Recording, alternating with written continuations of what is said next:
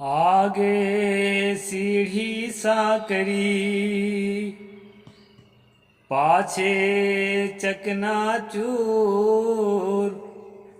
पर्दा तरके सुंदरी रही धका से दूर। नमस्कार दोस्तों, मैं विनाश दास रेशनल कबीर यूट्यूब चैनल में आप सबका हार्दिक स्वागत करता हूं। साथियों, यदि चैनल को सब्सक्राइब नहीं किए हैं तो सब्सक्राइब जरूर करें, शेयर करके अपने सभी ग्रुपों में सभी मित्रों में पहुंचाएं, बेल आइकन को प्रेस करें, ऑल नोटिफिकेशन ऑन रखें ताकि हर नया अपडेट आप तक पहुंच सके। लाइक और कमेंट जरूर करें मित्रों। इस चैनल का उद्देश्य किसी भी जाति, धर्म, संप्रदाय या व्यक्ति विशेष को आहत पहुंचाना कतई नहीं है। यह चैनल देश में तार्किक बुद्धि को बढ़ावा देने के लिए, वैज्ञानिक सोच को समाज में स्थापित करने के लिए क्रिएट किया गया है। साथियों, अभी मैंने सतगुरु कबीर साहब रचित बीजक सदग्रंथ की एक साखी आप लोगों के सामने रखी है। उसका संक्षेप में अर्थ करके फिर आज के प्रसंग इस मनुस्मृति पर जो है चर्चा की जाएगी। सदगुरु ने कहा, आगे सीढ़ी सांकरी, पाछे चकनाचूर, पर्दा तरके सुंदरी रही धक्का से दूर। थोड़ा अटपट लगता है दोस्तों, लेकिन इस साखी के माध्यम से सदगुरु ने बहुत बड़ा संदेश दिया है। और यह संदेश आज से 600 साल जितना प्रासंगिक था, आज उससे कम प्रासंगिक नहीं है। साथियों, यह कहा जाता है कि मनुस्मृति का राज आज नहीं चल रहा है, आज तो संविधान का राज चल रहा है। लेकिन साथियों, संविधान की किताब सुप्रीम कोर्ट, हाई कोर्ट और अन्य कोर्ट्स में, तमाम जुडिशियरी में रखा हुआ है। लेकिन उस पर काम करने वाले जो लोग हैं, उनके दिलो दिमाग में मनु की किताब ज्यों का त्यों लिखा हुआ है। और उसी मनु के किताब के आधार पर कानून का वारा न्यारा करते हैं, न्याय करते हैं, वर्डिक्ट देते हैं। और दोस्तों, जो लोग राज सत्ता में बैठे हैं या बैठते आए हैं, उनके दिलो दिमाग में वही पुरुषवाद, वही सामंतवाद और वही वर्णवाद राज कर रहा है दिलो दिमाग में।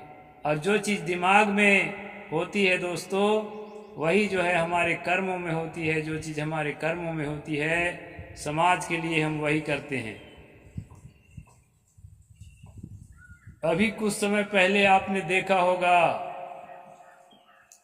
संसद भवन के उद्घाटन करने में महामहिम राष्ट्रपति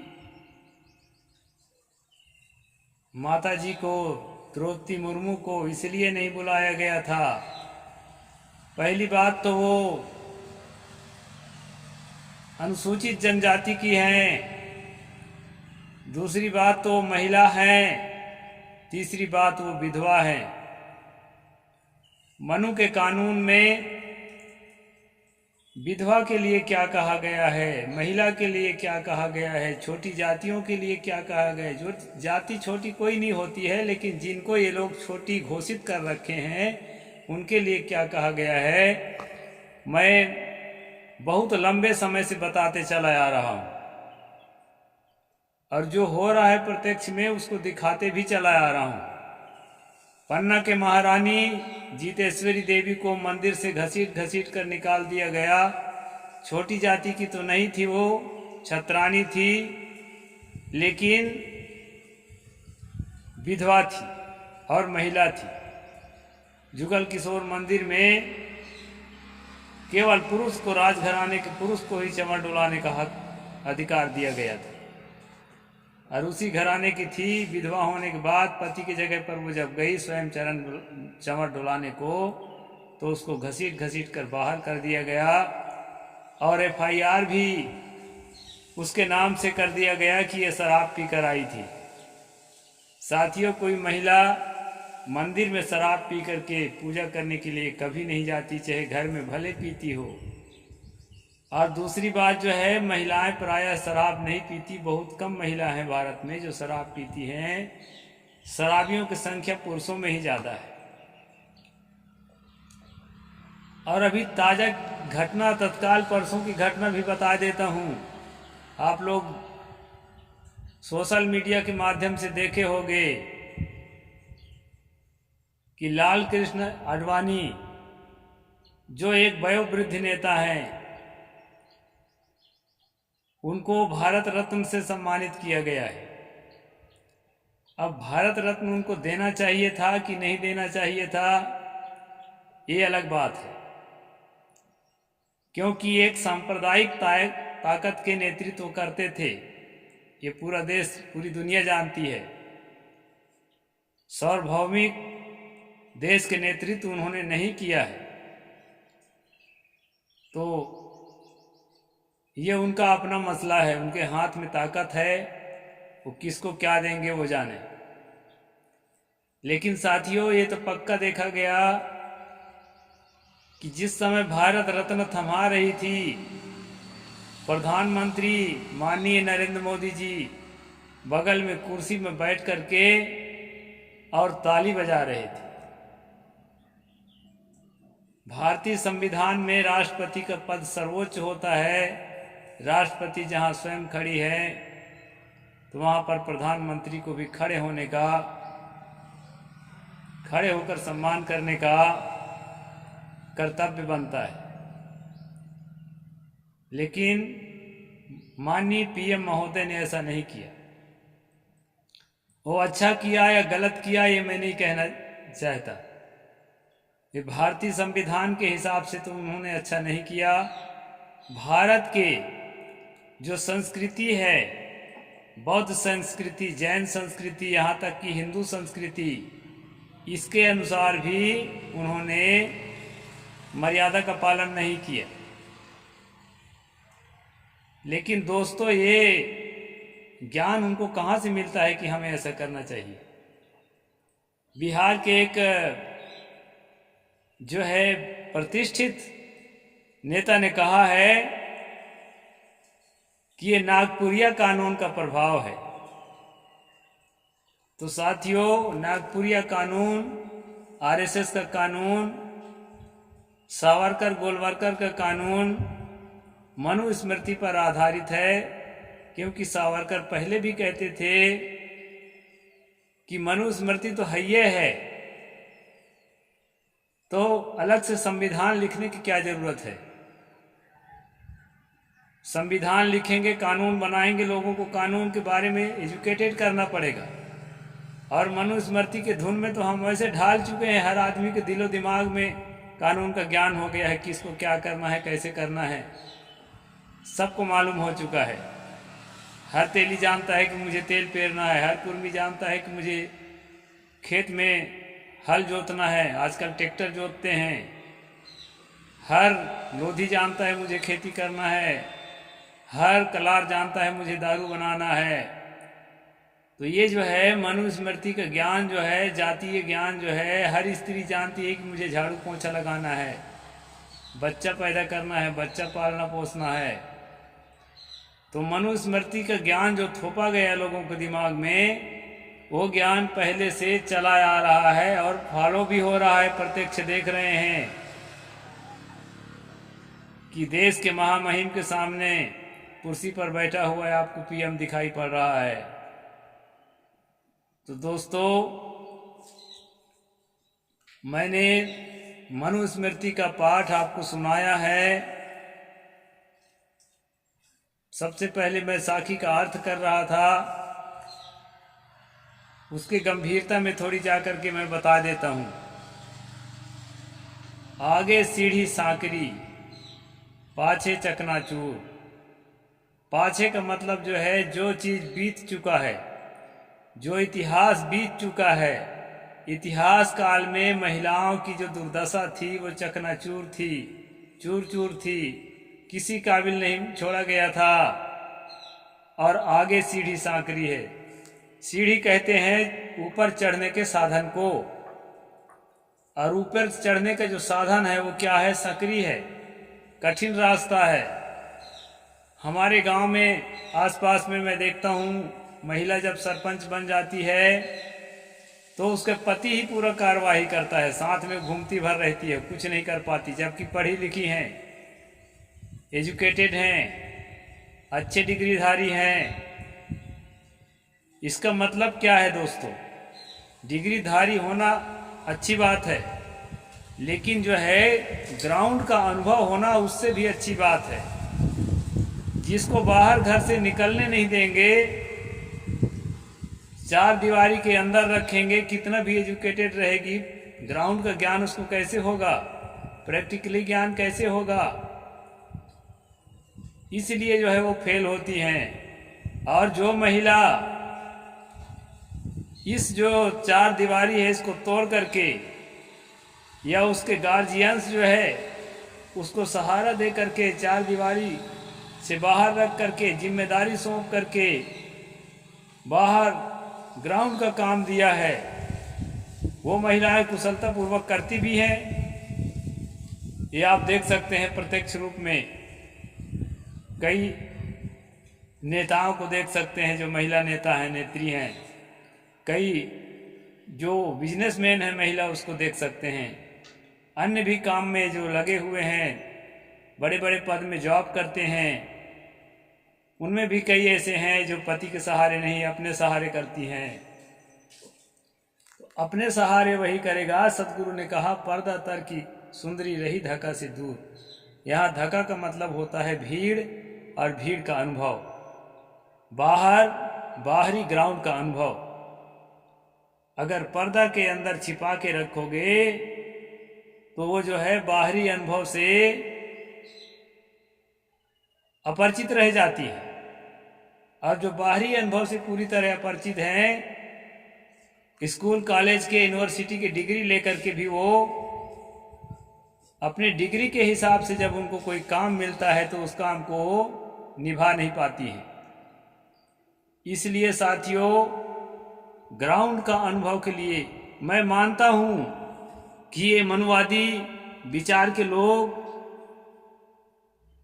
महिलाओं को दहशत में डालकर रखे हैं, बाहर निकलना मुश्किल करके रखे हैं। ये बात सच है कि उनके लिए हर रास्ता जो है मुश्किल है, कोई रास्ता आसान नहीं है। जिधर जाती हैं उधर हविस के जो कहना चाहिए कि हिंसक प्राणी है मनुष्य के रूप में, वो हर रास्ते मिल जाते हैं और अपना शिकार खेलने के लिए तत्पर दिखाई पड़ते हैं। ये लॉ एंड ऑर्डर की जो कमी है वह भी इसमें एक कारण है। तो सरकारों को इस पर सचेत होना चाहिए ताकि हर महिला, हर बेटी, हर बहू समाज में खुल करके अपना काम कर सकें और जो है अपना करियर बना सकें। तो इसके लिए सतगुरु कबीर साहब उस समय सचेत थे। आज से 600 साल पहले जो लोग कबीर साहब को स्त्री विरोधी, महिला विरोधी कहते हैं, उनको जो है इन पंक्तियों को पढ़ना चाहिए। वो लोग प्रमाणिक कबीर साहित्य न पढ़ के इधर उधर की जो मिलावट वाली प्रक्षिप्त वाणी है उसको लेकर के कबीर साहब को जो है उसके विचारधारा के विपरीत प्रस्तुत करते हैं समाज के सामने। इसको भी हमें समझना चाहिए। तो साथियों, मनुस्मृति के 9वें अध्याय पर हम लोग चल रहे हैं। कल मैंने आपको बताया था कि पुरुषों को अपने स्त्रियों को स्वतंत्रता नहीं देनी चाहिए। स्त्रियां यदि रूप रस आदि में आसक्त हों तो भी उन्हें अपने बस में रखना चाहिए। स्त्रियों को बाल अवस्था में पिता, युवा अवस्था में पति और बुढ़ापे में पुत्र रक्षा करता है। स्त्री कभी भी स्वतंत्रता के योग्य नहीं है। चार दीवारी में उनको बांध करके रखो, वो अपने आप को थाम नहीं सकती हैं, गलत कदम उठाती हैं। इसलिए जो है मनु कहते हैं कि वो स्वतंत्रता के योग्य कभी भी नहीं हो सकती। आगे और क्या कहते हैं दोस्तों, एक आध श्लोक में और आगे बताता हूं। काले दाता पिता वाच्यो वाच्यश्चानुपयन्ति मृते भर्तरि पुत्रस्तु वाच्यो मातुररक्षिता। ये श्लोक नंबर 4 है, 9वां अध्याय मनुस्मृति। कहते हैं विवाह का समय उपस्थित होने पर विवाह न करने से पिता, ऋतु का समय प्रसंग न करने से पति, पति के मरने पर पुत्र, माता की रक्षा न करे तो सभी निंद्य है। यहाँ पर स्त्रियों के लिए 3 जो बताया है, पहला श्लोक में बताया था कि उसके कौमार्य में मतलब कुमारी अवस्था में पिता जो है उसकी सुरक्षा देखे, और जो है विवाह के बाद पति देखे, और बुढ़ापे में जो है बेटा उसको सुरक्षित रखे। ये 3 बात देखे थे दोस्तों। यहाँ बुढ़ापे में भी उस पर विश्वास नहीं है कि वो खुलेआम सड़कों पर गली पर जाएगी तो अपने आप को थाम नहीं सकेगी, बेटा के द्वारा रक्षा करना जरूरी बता दिया। ये मनु की मानसिकता थी। आगे क्या कहते हैं दोस्तों, 4 नंबर श्लोक में जो मैं अभी पढ़ा, विवाह का समय उपस्थित होने पर विवाह न करने से पिता। अब विवाह का समय क्या है इसको आगे हम बताएंगे। इसमें तो 8 साल से 12 साल के अवस्था के बीच बताया है मनु ने। वैसे वाल्मीकि रामायण में सीता का विवाह 6 साल की अवस्था में बता दिया है। तो अलग अलग किताबों में अलग अलग मर्यादाएं बताई गई है दोस्तों, लेकिन इसमें 8 से 12 साल बताया है। तो 8 से 12 साल के अंदर अगर विवाह नहीं किया जाता है मनु के अनुसार, तो उसमें पिता को दोषी कहा गया है। और यदि विवाह करने के बाद पति जो है उसके साथ संबंध नहीं बनाता है, शारीरिक संबंध नहीं बनाता है, ऐसी स्थिति में जो है पति को पापी माना गया है। इसको मैं बता देता हूं। इसी 9वें अध्याय के 94 श्लोक नंबर में है, त्रिसंध्वर्षे द्वात कन्याम हृद्याम 12 वर्षिकीम 3 वर्षो 8 वर्षाम चा धर्मे सीदति संवत्सरा। ये जो है 30 वर्ष के ऊपर का वर 12 वर्ष के ऊपर की सुंदर कन्या से एवं 24 वर्ष उम्र का वर 8 वर्ष की कन्या के साथ विवाह करे। इसमें शीघ्रता करने वाला धर्म में क्लेश पाता है। 30 वर्ष का पुरुष, उसमें 12 वर्ष की जो है कन्या होना चाहिए, और जो है 24 वर्ष का जो पुरुष है उसमें 8 वर्ष की कन्या होना चाहिए। मनुस्मृति 9वां अध्याय का श्लोक नंबर 94 इसमें जो है बताया है दोस्तों। तो इसमें जो है कह रहा है कि विवाह का समय उपस्थित होने पर, यानी 8 से 12 साल के अंदर तक अगर विवाह नहीं करता है पिता, तो पिता दोषी है। और विवाह करने के बाद यदि अपने परिस्थिति बस जॉब करने के लिए पुरुष जो है कहीं चला जाता है, उसके साथ शारीरिक संबंध नहीं बनाता है, तो पति दोषी है। साथियों, यह बात कहने की नहीं है। मनुष्य में एक नेचुरल प्रोसेस होता है उसका मन स्वयं उस ओर आकर्षित होता है। यह कहना नहीं पड़ता है कि आप संबंध बनाओ, दबाव देने की कोई इसमें बात नहीं होती है, क्योंकि स्वयं वह उसका मन ऐसा चाहता है कि मैं संबंध बनाऊं। इसलिए किसी व्यवस्था में दूरी बनाकर रहना पड़ सकता है, यह अलग बात है। हाँ, किसी प्रकार के शारीरिक परवस्था उसके पास यदि है तो वह बात अलग है, उसके लिए यहाँ पर लागू नहीं होता। पति के मरने पर पुत्र माता की रक्षा न करे तो भी निंद्य है। पति के मरने पर या पति के जीवित रहने पर भी बुढ़ापा में माता की रक्षा पुत्र को करना चाहिए, इस बात का हम समर्थन करते हैं। कपड़े से, अन्न से, छाया से, दवाई से और शारीरिक सहायता अगर देना पड़े, मालिश करना पड़े, तेल लगाना पड़े, बीमारी के कारण उठ बैठ नहीं सक रही है तो उठाना बैठाना पड़े, तो ये सब काम में पुत्र को, बहू को, नाती पोता को सुरक्षा देना चाहिए, सहयोग देना चाहिए। इस बात का हम मनु के समर्थक हैं। यहाँ पर मनु ने सही बोला है। तो इस प्रकार से दोस्तों, मनु स्मृति की मैं एक श्लोक, आज एक ही श्लोक रखा। मेरा उद्देश्य है कि मनु की मानसिकता हमारे दिमाग से बाहर निकले, नैतिकता को हम समझें, मानवता को हम समझें, न्याय को हम समझें और करुणा को समझें कि मनुष्य सभी हैं। किसी को नफरत की दृष्टि से, घृणा की दृष्टि से न देख करके प्यार की दृष्टि से, करुणा की दृष्टि से देखें, तभी हम एक दूसरे की भलाई करेंगे। और जब एक दूसरे की भलाई करेंगे तभी समाज में समता, न्याय, बंधुता और प्रेम की स्थापना हम कर सकेंगे।